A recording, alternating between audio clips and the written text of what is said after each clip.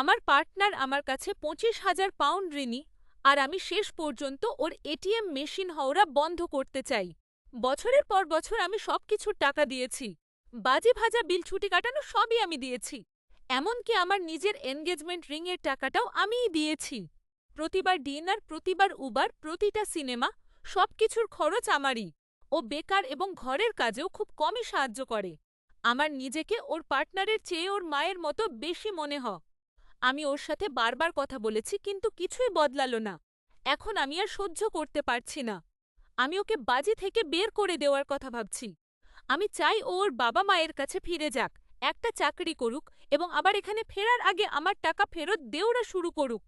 আমি ওকে ভালোবাসি আর আমি ওর মানের ওপর বোঝা হতে চাই না, কিন্তু আমি আর এটা করতে পারছি না।